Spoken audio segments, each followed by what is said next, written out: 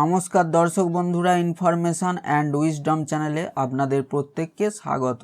আমরা সকলেই দেখলাম যে জনগর্জন সভায় তৃণমূল নেত্রী তথা তৃণমূল সুপ্রিমো এবং মাননীয় মুখ্যমন্ত্রী মমতা বন্দ্যোপাধ্যায় যে বার্তা দিলেন সাধারণ মানুষের উদ্দেশ্যে এবং রাজ্যবাসীর উদ্দেশ্যে, তিনি প্রধানত এই জনগর্জন সভা ডেকেছিলেন কেবলমাত্র কেন্দ্রীয় বঞ্চনার প্রতিবাদ করার জন্য। এবং সেই বঞ্চনার প্রতিবাদ আমরা কিভাবে দেখলাম, সেই সঙ্গে আমরা দেখলাম অভিষেক ব্যানার্জির বক্তব্যকেও।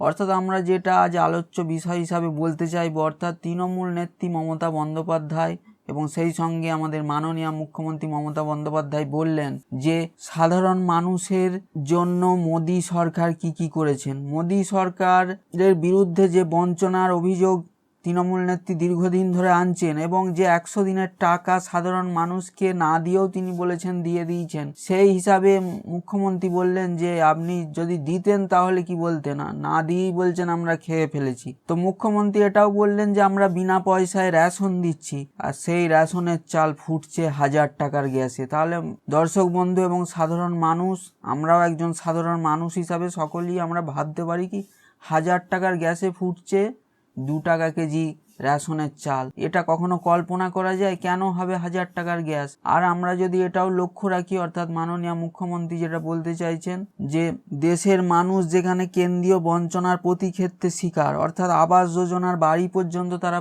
পাচ্ছে না, তাদের বাড়িতে বর্ষাকালে জল পড়ছে, তাদের মাটির বাড়ি ভেঙে পড়ছে, কত মানুষ হতাহত হচ্ছে, সেক্ষেত্রেও কেন্দ্রীয় বঞ্চনার অভিযোগ এনেছেন মুখ্যমন্ত্রী মমতা বন্দ্যোপাধ্যায়। এবং তিনি যেটা বলছেন, মোদী বাবু আপনি কাজ করে দেখান, আমরা কিন্তু সব সময় মানুষের পাশে আছি, বছরে 365 দিন কাজ করে দেখাচ্ছি এবং সেই কাজের খতিয়ানও আমরা মানুষের সামনে বলছি এই সভা থেকে। আর সেটা সত্যি বলতে গেলে আমরা যে আলোচনা নিয়ে বসেছি, অর্থাৎ মুখ্যমন্ত্রী যে ধরনের কাজে, অর্থাৎ যেখানে আমরা লক্ষ্মীর ভাণ্ডার দেখতে পাচ্ছি 500 থেকে 1000 টাকা হয়ে গেল, তপশিলি জাতি উপজাতিদের তো আরও 200 টাকা করে 1200 টাকা হয়ে গেল, সেখানে বিনা পয়সায় রেশনে চাল দিচ্ছেন এবং প্রত্যেকটা ক্ষেত্রে, অর্থাৎ একেবারে বারবার তো এই কথাগুলো বারবার বললে একঘেয়েমি লাগে, কিন্তু আমরা বারবারই বলে আসছি যে কন্যাশ্রী, রূপশ্রী, শিক্ষাশ্রী, যুবশ্রী সব কিছু ক্ষেত্রে কিন্তু মাননীয় মুখ্যমন্ত্রী মানুষের হাতে কিছু অর্থের যোগান দিচ্ছেন। সেক্ষেত্রে কিন্তু আমরা কেন্দ্রের বিজেপি সরকারকে কোনো রকম অর্থের যোগান দিতে দেখছি না, তারা কেবল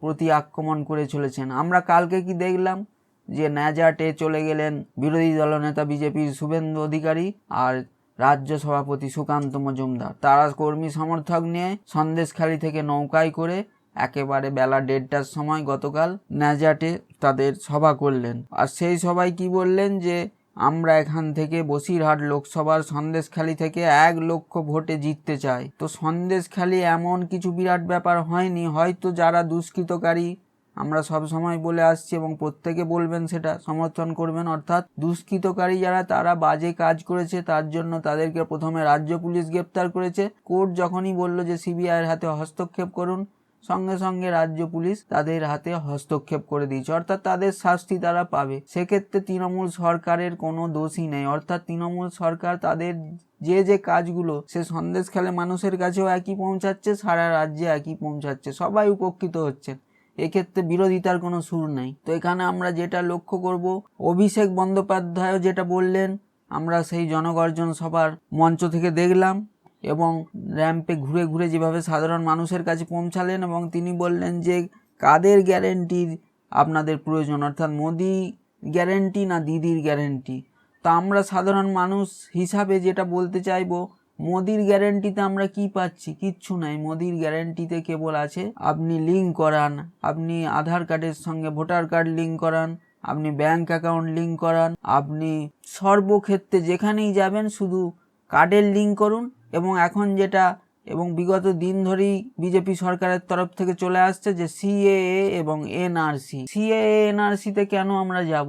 আমরা এই দেশের নাগরিক, আমরা পূর্বপুরুষ থেকে এই দেশে যুগ যুগ ধরে বাস করছি এবং এখানে কেন আমার যেখানে জন্ম সার্টিফিকেট থেকে একেবারে Aadhaar card, voter card, ration card, সম্প্রতি প্যান কার্ড না করলে ব্যাংক অ্যাকাউন্টও তৈরি করা যায় না, যেটি বিজেপি সরকার তৈরি করেছে। মানুষকে কিভাবে নাজেহাল করা যায়, মানুষকে কিভাবে ঝামেলার মধ্যে রাখা যায়, সাধারণ মানুষ কিভাবে চলতে সাধারণ মানুষ তাদের রুটি রোজগারের জন্য তারা সকাল থেকে সন্ধ্যে পর্যন্ত দিবারাত্র পরিশ্রম করেছিলেন, এবং সরকার যখন দেশের সরকার চাইবেন এই সাধারণ মানুষকে সহজতরভাবে চলার স্বাধীনতা, সেখানে সাধারণ মানুষকে বারবার হ্যাকেল করছেন, তুমি এই করো ওই করো, লিঙ্ক করাও। এগুলো কি হচ্ছে দেশের মধ্যে? এগুলো দেশের মধ্যে সাধারণ মানুষকে, এগুলো কংগ্রেস আমলে যেগুলো দেখা যায়নি, কংগ্রেস আমলে এই ধরনের মানুষকে হ্যারাস করা হয়নি, কিন্তু এখন বিজেপি সরকারের আমলে কেবলমাত্র শুধু সাধারণ পাবলিককে তো হ্যারাস হতে 365 দিন হতে হচ্ছে, যেটা আমরা সকলেই উপলব্ধি করতে পারছি।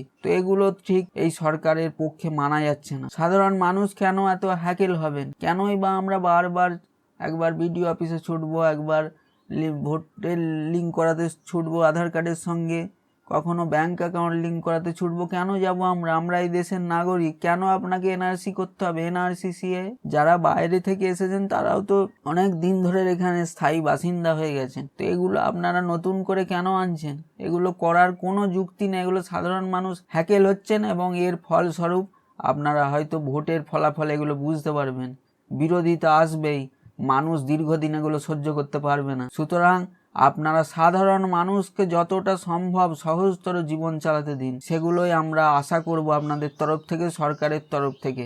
এবং দিদি কাল যে স্বল্প বক্তৃতা দিয়েছেন, এতদিনের যে ব্রিগেড সভা, তার মধ্যে গতকাল যেটা আমরা দেখলাম যে স্বল্প বক্তৃতা দিয়েছেন, সেই বক্তৃতায় কিন্তু কেন্দ্রের বঞ্চনা এবং সাধারণ মানুষের যে অধিকার থেকে বঞ্চিত হচ্ছেন সেইগুলোই তিনি তুলে ধরেছেন। এর ফলে আমরা প্রত্যেকেই হয়তো ভাববো যে তৃণমূল সরকারের তরফ থেকে আমরা যে সুযোগ সুবিধা বা মানুষের হ্যাকেলের দিকটা যে কতটা কম, সেটা কিন্তু আমরা কেন্দ্রীয় সরকার অর্থাৎ ভারতের সরকার বিজেপি সরকারের থেকে সেটা কখনোই আমরা পাচ্ছি না। আমরা প্রতিনিয়ত হ্যারাসমেন্ট হচ্ছি, আমাদের নিজেদের চিন্তা, সাংসারিক চিন্তা না করে কেবলমাত্র ওই কিছু কাগজপত্রের জন্য ছোটাছুটি করতে হচ্ছে।